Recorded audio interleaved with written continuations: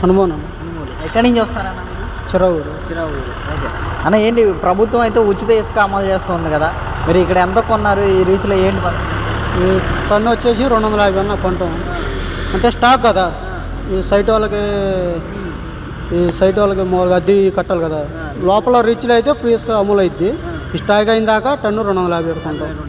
అంటే ఈరోజు వైసీపీ వాళ్ళు అందరూ కూడా చాలా ఆరోపణలు చేస్తున్నారు. ఇసుక ఉచితం అని చెప్పి ఎక్కువ రేట్లకు అమ్ముతున్నారు టీడీపీ వాళ్ళు అని చెప్పి, అసలు కొనలేకపోతున్నారు, చాలామంది ఇబ్బంది పడుతున్నారు ఇసుక కొనడానికి అని చెప్పి ఇలాంటి ఆరోపణలు చేస్తారు. మరి గతంలో రేట్ ఎక్కువ ఉందంటారు, ఇప్పుడు ఎక్కువ ఉందంటారు, ఏం చెప్తారు? గతంలో ఇదే వచ్చి 475 రూపాయలు టన్ను కొన్నాం. ఇప్పుడు స్టాక్ బట్టి 275 కొంటున్నాం. లోపల రీచ్లో అయితే 85 రూపాయలు అన్నారు కదా, అది 85 రూపాయలు లోపల రీచ్లో లోడింగ్ అయితే. మీరు అక్కడికి వెళ్తే రీచ్కి వెళ్తే 88 రూపాయలకి వచ్చారు. రీచ్లు ఇది అయిపోయిందా, రీచ్లో ఓపెన్ చేస్తారు. అప్పుడు ఎంత ఉండేది అన్న ట్రాక్టర్ ఇసుక వచ్చేసరికి? ఇది కొనుగోలు 2375 రూపాయలు అప్పుడు వైసీపీ గవర్నమెంట్లో. ఒక కొనుగోలు వరకే 2375 రూపాయలు. మరి ట్రావెలింగ్ అని కలుపుకుని ఎంత పడేదన్న మీకు? ట్రావెలింగ్ అని మంగళగిరి అయితే 3000 4000 పడుతుంది. ఇప్పుడు ఎంత ఉందన్న? ఇప్పుడు మంగళగిరి 2500కి మంగళగిరి వెళ్ళిపోతుంది. ఇక్కడ కొనుగోలు రేటుకి ఇప్పుడు ఆడికి వెళ్ళిపోతుంది. అంతకుముందు ఇక్కడ కొనుగోలు రేటు, ఇప్పుడు అరలోడ్ రేటుకి వెళ్ళిపోతుంది. ఎలా ఉంది ఇక్కడ? టన్ను ఎంతగా అమ్ముతున్నారు? గతంలో కంటే ఎక్కువ రేటు అమ్ముతున్నారా? అమ్ముతున్నారు. అంతకుముందు వచ్చేమో 675 రూపాయలకి అమ్మారు. మరి అప్పటికిప్పుడు 3-4 వేలు తేడా ఉంది. అదే. సో మీరు ఈ చిన్న లారీ టిప్పర్ తోలుతూ ఉంటారు కదా, సో ఎంత 10 టన్నుల వరకు పట్టవచ్చు. ఎంత పడుతుంది ఈ రోజు? 10 టన్నుల రేట్ ఎంత ఉంది? గతంలో ఎంత ఉంది రేట్ అసలు?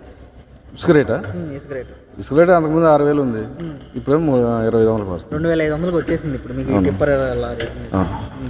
20 టన్నులకి ఎంత పడుతుంది అన్న? గతంలో ఎంత రేట్ వచ్చింది, ఇప్పుడు ఎంత పడుతుంది? ఇప్పుడు గతంలో 9000 చిల్లర వచ్చేది, ఇప్పుడు 5000 పడుతుంది. మరి కస్టమర్ కూడా తగ్గిద్దిగా. వైసీపీ గవర్నమెంట్లో మేము వైసీపీలో తిరిగాం.